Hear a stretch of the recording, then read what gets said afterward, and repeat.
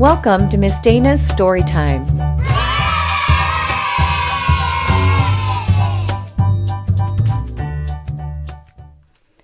If You Give a Mouse a Cookie by Laura Joffe Numeroff. If you give a mouse a cookie, he's going to ask for a glass of milk. When you give him the milk, he'll probably ask you for a straw. When he's finished, he'll ask for a napkin. Then you'll want to look in a mirror to make sure he doesn't have a milk mustache. When he looks into the mirror, he might notice his hair needs a trim. So he'll probably ask for a pair of nail scissors. When he's finished giving himself a trim, he'll want a broom to sweep up. He'll start sweeping. He might get carried away and sweep every room in the house. He may even end up washing the floors as well. When he's done, he'll probably want to take a nap. You'll have to fix up a little box for him with a blanket and a pillow. He'll crawl in, make himself comfortable, and fluff the pillow a few times. He'll probably ask you to read him a story. So you'll read to him from one of your books, and he'll ask to see the pictures. When he looks at the pictures, he'll get so excited he'll want to draw one of his own. He'll ask for paper and crayons. He'll draw a picture. This is one of my favorite pages in this book. I love how he's on that big piece of paper. When the picture is finished, he'll want to sign his name. Every artist should sign his name with a pen.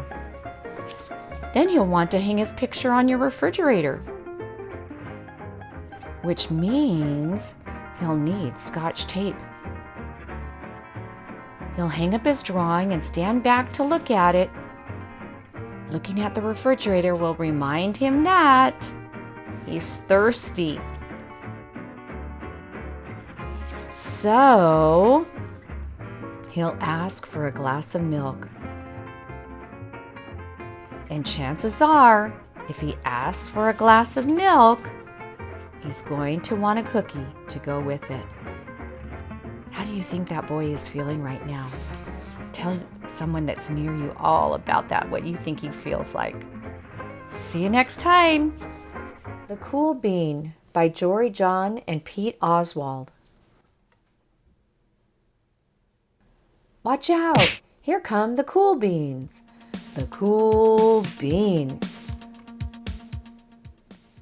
Oh yeah, check out how they move. Look at the way they swagger. Notice their sunglasses. Yow! The cool beans are known all over school, from house to house, across town, beyond county lines. In the olden days, last year, we were all one big pot of beans. We were a mixed bag, but somehow it worked. Yep, those were the good old days. And then we stopped seeing each other as much. That's just how it is sometimes. You spend less time together even though you're not totally sure why. I watched as the beans I knew so well, the beans from my own pod, became the cool beans. Oh, they were so cool. One of them could play the guitar. Cool. One of them could draw the best superheroes. Cool. One of them could jump higher than any bean I'd ever known. Cool. Me? Well, I mostly stayed the same. Sure, I made some small changes. I wore sunglasses. Too big. I slicked my hair back. Too slick. I strutted around. Ow. I swaggered. Oof. I was still picked last for everything. My clothes never seemed to fit. I snorted when I laughed. I walked into stuff. I was an uncool bean for sure. I started thinking of myself as just a common bean with no special skills. I couldn't compete, so I didn't even try. I'd never be a cool bean. It seemed like there were two types of beans in the world. There were cool beans and beans like me. The days all blended together. I lived my life and things were just okay. I took tests and ate lunches and mostly kept to myself. The cool beans continued being cool. I mean, sure, I miss them a bit, but it's not like I was going to say anything. I felt like all that coolness had gotten in the way of our friendship. And that's how it went. Until one day. I was in the cafeteria. I dropped my lunch on my loafers. Oh no, not again. But then something sort of miraculous happened. Out of nowhere, one of the cool beans helped me clean it up. He didn't even say anything. He just gave me a nod. That was it. Later, I was out on the playground. I tripped and scraped my knee and maybe cried a little bit, and everybody saw it. Another one of the cool beans came to my side, and without a word, he dusted me off. That afternoon, I was sitting in class. I wasn't really paying attention. I didn't notice, but our teacher had called on me. Everybody stared. I sat there in silence. Nobody said anything. And then, everybody just laughed at me. That was it. After today, I was officially a has-been. But then one of the cool beans stood up and came over to me. Everybody watched. She leaned in close and whispered, "Hey, the teacher asked you to read from page 32. Then she gave me a quick wink and went back to her seat. It was a small gesture, sure, but it was also everything. I walked home with a goofy smile on my face. I smiled all the way through dinner. That day made all the difference. It was a day that could have been really bad if not for the kindness of a few cool beans. It gave me a shred of confidence. That shred of confidence has continued to grow. Somebody had my back, or a few somebodies. After that, I started hanging out with the cool beans again. How have you been? Get it? How have you been? Not all the time, but sometimes.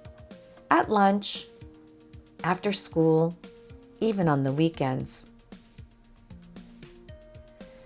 Throughout all of this, I realized that it's not about how you look or any of that other silly stuff. It's about a wink or a nod or a smile at just the right moment. It's about dusting somebody off, helping them up again, and pointing them in the right direction.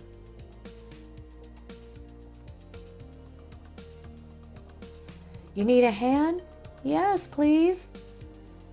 Now that's cool. The End. Giving Tree by Shel Silverstein. Once there was a tree, and she loved a little boy. And every day the boy would come, and he would gather her leaves and make them into crowns and play king of the forest. He would climb up her trunk and swing from her branches and eat apples. And they would play hide and go seek. And when he was tired, he would sleep in her shade. And the boy loved the tree very much.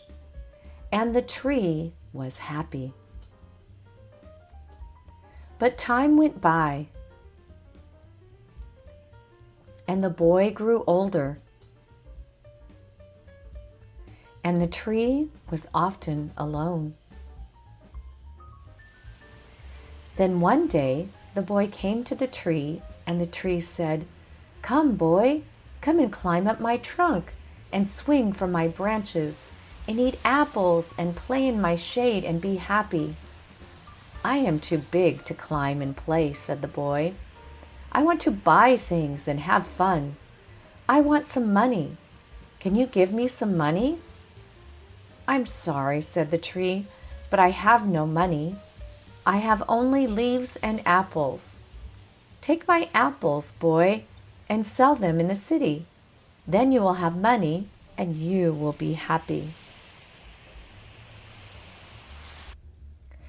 And so the boy climbed up the tree and gathered her apples and carried them away, and the tree was happy. But the boy stayed away for a long time, and the tree was sad. And then one day, the boy came back, and the tree shook with joy, and she said, "Come, boy, climb up my trunk and swing from my branches and be happy." "I am too busy to climb trees," said the boy. "I want a house to keep me warm," he said. "I want a wife, and I want children, and so I need a house. Can you give me a house?" "I have no house," said the tree. "The forest is my house.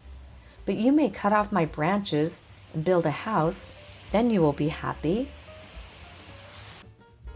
And so the boy cut off her branches and carried them away to build his house. And the tree was happy. But the boy stayed away for a long time, and when he came back, the tree was so happy she could hardly speak. "Come, boy," she whispered, "come and play." "I am too old and sad to play," said the boy. "I want a boat that will take me far away from here. Can you give me a boat?" "Cut down my trunk and make a boat," said the tree. "Then you can sail away and be happy." And so the boy cut down her trunk and made a boat and sailed away. And the tree was happy, but not really. And after a long time, the boy came back again. "I am sorry, boy," said the tree, "but I have nothing left to give you. My apples are gone. My teeth are too weak for apples," said the boy. "My branches are gone," said the tree. "You cannot swing on them." "I am too old to swing on branches," said the boy. "My trunk is gone," said the tree. "You cannot climb." "I am too tired to climb," said the boy. "I am sorry," sighed the tree. "I wish that I could give you something, but I have nothing left. I am just an old stump. I am sorry." "I don't need very much now," said the boy. "Just a quiet place to sit and rest. I am very tired." "Well," said the tree, straightening herself up as much as she could, "well, an old stump is good for sitting and resting. Come, boy, sit down and rest." And the boy did. And the tree was happy. The end. Thanks for reading with me. See you next time.